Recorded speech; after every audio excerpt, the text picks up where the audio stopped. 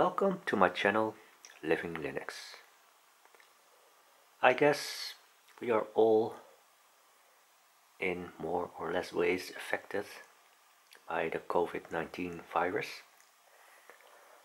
And recently I found out that the Rosetta at Home project, they updated things so that you can also help with Android devices and Linux machines running on an ARM 64-bit CPU.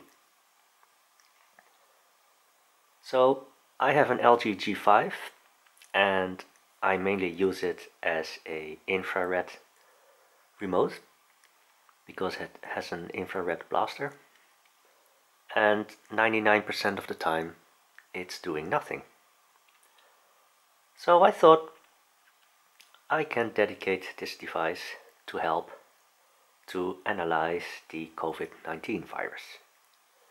So on Android you can search for BOINC and you have to find the one that's from Space Sciences Laboratory, UC Berkeley, because probably there will be some jokers that put all kinds of apps that will resemble this but probably won't work as expected. So make sure you get the one from Berkeley. And at the moment I'm processing 2 tasks, and when you read here you can see that it says COVID-19. Now when I tried to start it, it gave me an error that it needed 2 GB of RAM and that I was just a little bit short of that. And I was a little bit surprised because the LG G5 has 4 GB of RAM. So I was wondering, why isn't it possible to dedicate 2 GB of RAM for Rosetta at Home? Now, when I looked in the preferences, to be really honest, I already started removing apps, trying to see if I could free up memory in that way, but that was not the cause. So there are all kinds of things you can set, and one of the things is that running on battery is off by default, and perhaps that's also a good idea because it will really drain your battery very fast if you set it up to compute as much as possible. But even when you select battery, you can set a minimum battery level, and yeah, you can set a percentage, whatever you think is feasible. Something I also recommend is the maximum battery temperature.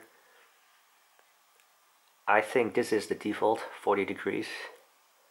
I really don't recommend setting it higher. I mean, the phone doesn't get really hot, but it really warms up. And usually with a lot of electronics, they don't like being heated up for a long time. So I wouldn't recommend setting it higher. So you can also say how many cores, and I think the LG G5 has a 4-core CPU, but not to stress it too much, it's on 2. And because there's still 2 other cores available, you can set the CPU limit to 100%.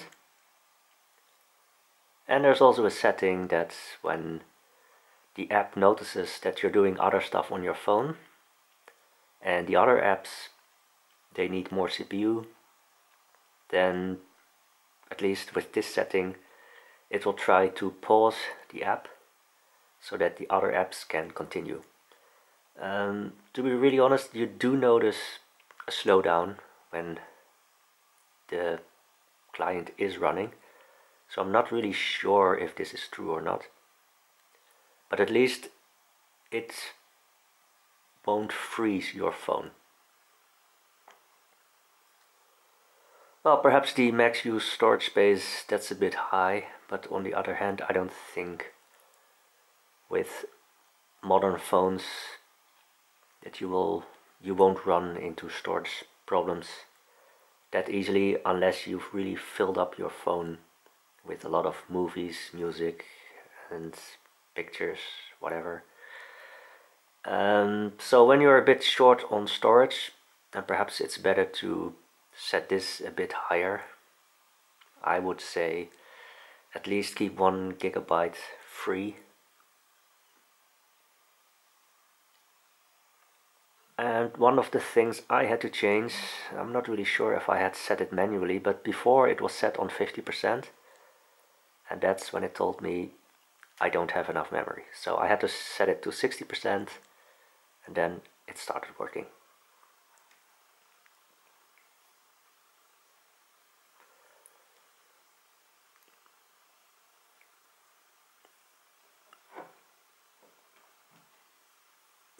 So when you have a spare phone, you can consider running Rosetta at home